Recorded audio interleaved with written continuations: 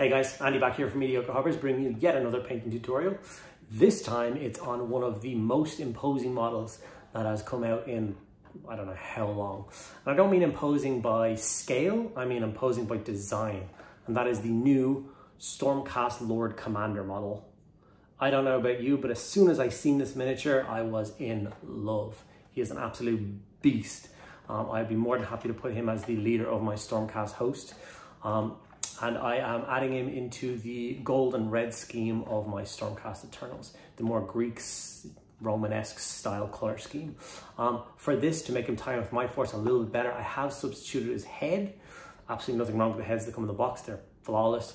But just to sit with my theme a little better, I've given him the kind of Greek style helmet with the big plume that you get off of the new Stormcast chariot.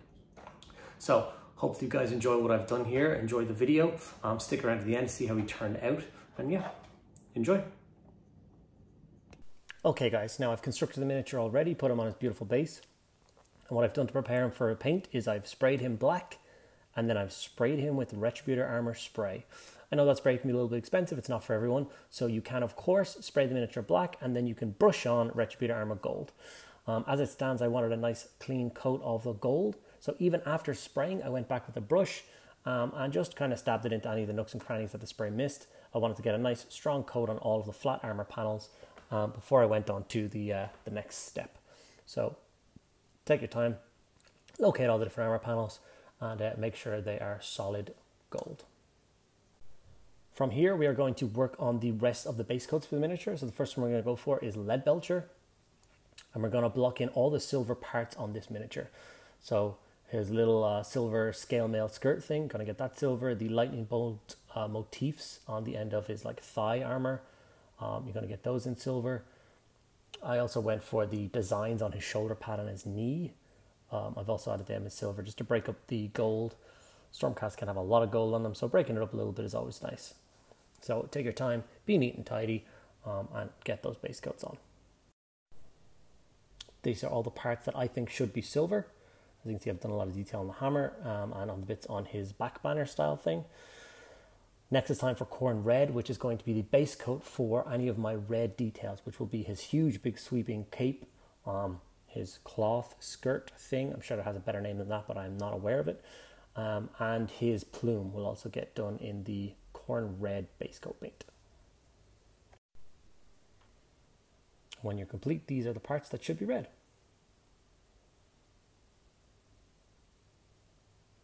Next, we're going to move on to Zandri Dust.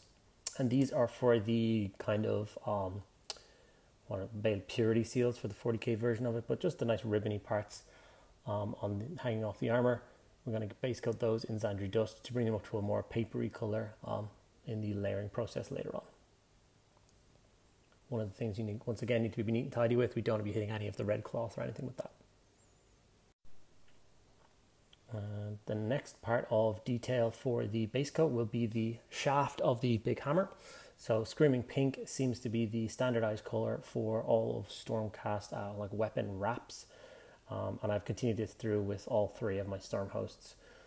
Doesn't matter what color scheme I use, the weaponry generally tends to stay the same color. Hammer's already looking awesome. Rhinox Hide for any of the leather belts and straps that hang on to his armor panels, go around his waist and hold on his greaves and stuff like that. Be careful going around the belt buckle part.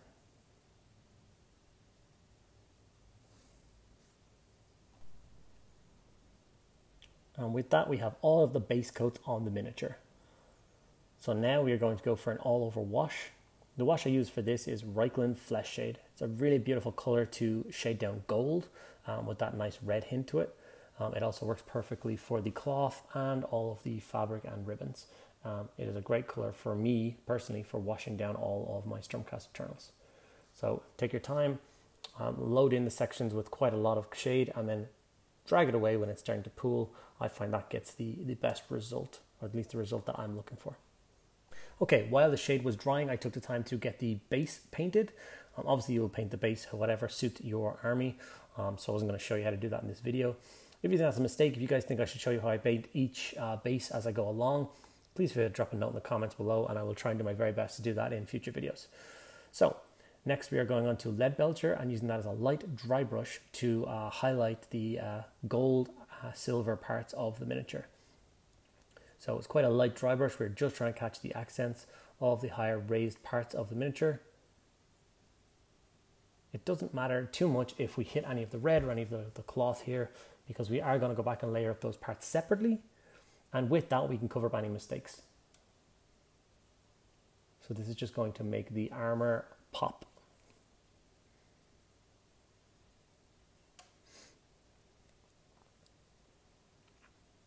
Alrighty, the armor is looking fantastic.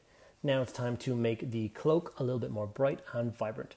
For that, we're going to layer up the washed down Khorne Red with Mephiston Red.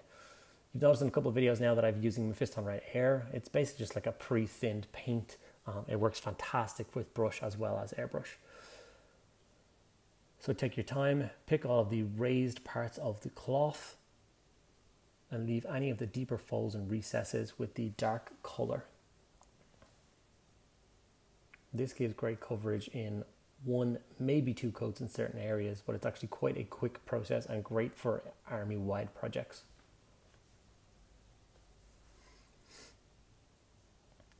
Once the red is all layered up, it should look something like this. Now, one of my favorite Stormcast Eternal details that I like to do, especially on character models, is the eyes of the helmet. As you know, Stormcast Eternals arrive on the battlefield in a blinding flash of lightning, and usually they have these beautiful glowing eyes, very menacing for their opponent. So I'm going to do that for this guy here. And the way I do that is I paint in his eye sockets with Cermite White first, just to give the next paint something to pop off of. If you did the next color directly over the fill-in gold parts, it's not going to make much of an impact.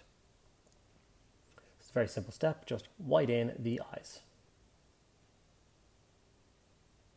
The next we're going to jump over to is Talazar Blue Contrast. Beautiful color, super bright and vibrant. And over the white coat of the eyes, it's going to really pop.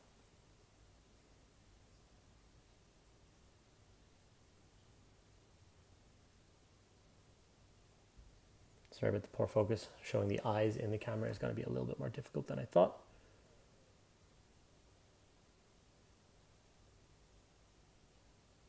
And there we have it. Glowing blue eyes, as easy as that.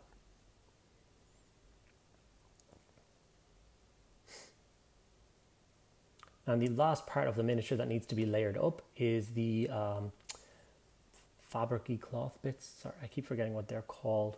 The bits of parchment, that's the correct word, parchment hanging off his armor. So we're going to layer that up with a bit of Ushabti Bone. Being very careful not to fill in all of the writing on the script, those indents. So you don't need to be crazy good with this. We're not looking for like complete smooth coat coverage. Just add a little bit of color to it, make it pop, raised bits, leaving the recesses nice and dark. This miniature was an absolute blast to paint. I knocked him out in only a couple of hours, but I am super pleased with the result. If, like me, you are super pleased with the result of this miniature, you enjoyed the video, don't forget to give it a like. If you want to see more videos like this, don't forget to subscribe to see any future videos that I bring out. And yeah, if you have any questions about anything that I did here, or any questions about any videos that I've done, please drop it in the comments below. I'll do my very best to get back to each and every one of you guys as soon as possible. Thank you very much for sticking around to the end of the video and watching the entire thing. And remember, the plan is simple. We paint them all.